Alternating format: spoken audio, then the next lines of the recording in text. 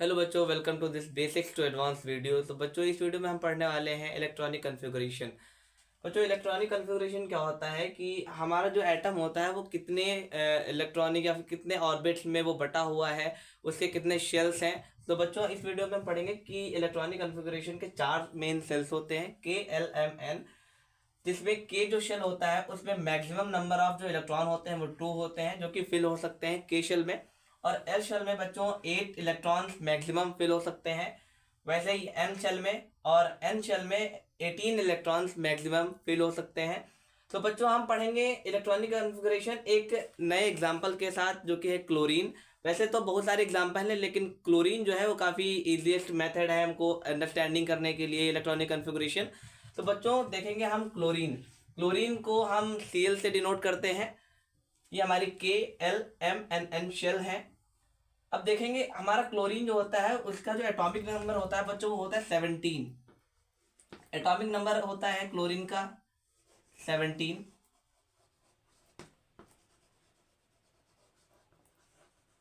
अब हम देखेंगे कितने इलेक्ट्रॉन्स KLMN एंड बाकी जो फर्दर सेल्स हैं उसमें बटेंगे। बच्चों, हम देखेंगे के जो शेल है, हमको पता है कि के शेल में मैक्सिमम नंबर ऑफ इलेक्ट्रॉन 2 जा सकते हैं, और जो एल शेल है उसमें मैक्सिमम नंबर ऑफ इलेक्ट्रॉन 8 हो सकते हैं। एम शेल में मैक्सिमम नंबर ऑफ इलेक्ट्रॉन फिर 8 हो सकते हैं। और जो हमारा एन या फिर जो लास्ट शेल है उसमें मैक्सिमम नंबर ऑफ इलेक्ट्रॉन 18 हो सकते हैं, यदि हमारा एटम क्या है कि उसके पास एटॉमिक नंबर, उसका एटॉमिक नंबर है वो ज़्यादा है। तो बच्चों, हम पढ़ेंगे कि जो के है, के में जो इलेक्ट्रॉन है वो 2 जा सकते हैं मैक्सिमम। अब हमारा जो एटॉमिक नंबर था क्लोरीन का वो था 17। 2 इलेक्ट्रॉन्स हमारे के शेल में फिल हो चुके हैं और फर्दर 15 इलेक्ट्रॉन्स हमारे पास बचे हैं। तो हमारा जो एल शेल है उसमें हमने पढ़ रखा है कि जो 8 इलेक्ट्रॉन्स हैं वो मैक्सिमम नंबर है। तो 8 इलेक्ट्रॉन्स हमारे एल शेल में जाते हैं। अब हमारे पास 10 इलेक्ट्रॉन्स हो गए हैं जो कि हमने फिल कर लिए हैं हमारी के और एल दोनों शेल में। अब बच्चों, तीसरा शेल है एम शेल। हमारे पास टोटल 10 इलेक्ट्रॉन्स जो हैं वो फिल हो चुके हैं। हमारे पास 7 इलेक्ट्रॉन्स रिमेनिंग है, 7 इलेक्ट्रॉन्स हमारे पास अभी बाकी हैं। तो दोस्तों, हमको पता है कि हमारे एम जो शेल है उसमें भी 8 इलेक्ट्रॉन्स जो है वो मैक्सिमम फिल हो सकते हैं, लेकिन हमारे पास 7 इलेक्ट्रॉन्स बाकी हैं। बच्चों, 7 इलेक्ट्रॉन्स इसमें फिल हो जाएंगे। अब हमको रिक्वायर्ड है 1 इलेक्ट्रॉन की, और हमारे पास 1 इलेक्ट्रॉन है नहीं। तो बच्चों, क्या होता है कि ज़्यादातर एटम जो होते हैं जब उनके पास इलेक्ट्रॉन की कमी होती है तब वो क्या करते हैं कि इलेक्ट्रॉन लेते हैं किसी और से, वो भी कहते हैं उसको बॉन्ड शेयर करके, ना कि अपने इलेक्ट्रॉन को देते हैं। बच्चों, हमारा जो क्लोरीन एटम है उसके पास टोटल 17 इलेक्ट्रॉन है, जिसमें से 17 के 17 इलेक्ट्रॉन यहाँ पर के एल एम और तीनों शेल में फिल हो चुके हैं। अब होता क्या है कि ये जो हमारे इलेक्ट्रॉन दिए गए हैं KLMN शेल में, मतलब कि ये क्या होते हैं 2, 8, 8 और 18, इन इलेक्ट्रॉन को होना जरूरी होता है, क्योंकि तभी कहा जाता है कि एक एटम पूरा अपना ऑक्टेट फिल कर रहा है, पूरा स्टेबल हो रहा है।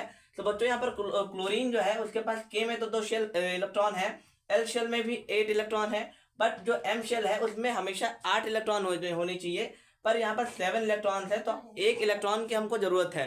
अब बच्चों, क्या होगा कि हमको 1 इलेक्ट्रॉन कहीं से लेना पड़ेगा। तो उस जब हम 1 इलेक्ट्रॉन किसी भी एटम से लेते हैं उस प्रोसेस को हम कहते हैं बॉन्ड शेयरिंग। बॉन्ड भी कई प्रकार के होते हैं, लेकिन हम उसके बारे में अगली वीडियो में पढ़ेंगे। तो बच्चों, क्या होता है कि यहाँ पर क्लोरीन एटम जो है उसको 1 इलेक्ट्रॉन की जरूरत है ताकि ये अपना ऑक्टेट पूरा कर सके। तो बच्चों, यहाँ पर जो क्लोरीन है, क्लोरीन की जो वैलेंसी है बच्चों, वैलेंसी क्या होता है। अब वैलेंसी हम पढ़ेंगे कि एक जो होता है कि म्यूचुअल शेयरिंग जो होती है, या फिर कैसे है जो म्यूचुअल इंटरेक्शन होता है दोनों इलेक्ट्रॉन्स के बीच में, कि कितना इलेक्ट्रॉन्स कोई किसी को ज़रूरत है या कितने इलेक्ट्रॉन्स की किसी दूसरे एटम को ज़रूरत है। तो बच्चों, देखेंगे कि अगर मैक्सिमम 4 इलेक्ट्रॉन्स किसी भी एटम के पास होते हैं और 4 इलेक्ट्रॉन्स उसको चाहिए होते हैं, तो क्या करता है, ना तो वो इस हालत में होता है कि वो अपने 4 इलेक्ट्रॉन किसी दूसरे एटम को दे दे, ना तो वो इस हालत में होता है कि वो अपने 4 इलेक्ट्रॉन किसी दूसरे एटम से ले ले। तो बच्चों, क्या होता है कि इन 4, अगर किसी एटम को 4 इलेक्ट्रॉन की जरूरत होती है तो वो क्या करता है, कोवलेंट बॉन्ड फॉर्म करता है। क्या करता है, कोवलेंट बॉन्ड फॉर्म करता है। अब यहाँ पर जो हमारा क्लोरीन है, क्लोरीन को सिर्फ 1 एटम की जरूरत है, 1 इलेक्ट्रॉन की जरूरत है। तो बच्चों, यहाँ पर जो क्लोरीन एटम है यहाँ पर पूरे 17 इलेक्ट्रॉन यहाँ पर फिल हो चुके हैं। अब हमको पता है कि हर एक शेल में 8 2 8 8 या फिर 18 इलेक्ट्रॉन होने चाहिए, तब तो हमारा एटम क्या होता है, स्टेबल होता है। लेकिन हमारा जो क्लोरीन है उसके पास के शेल में तो 2 इलेक्ट्रॉन है, एल शेल में भी 8 इलेक्ट्रॉन है, लेकिन एम शेल जो बचा उसमें भी 8 इलेक्ट्रॉन होने चाहिए। लेकिन हमारा जो क्लोरीन एटम है उसका एटॉमिक नंबर 17 है। 10 हमारे इलेक्ट्रॉन पहले यहाँ पर फिल हो चुके हैं। अब हमारे पास सिर्फ 7 इलेक्ट्रॉन बचते हैं जो कि हमारा एम शेल में फिल होंगे।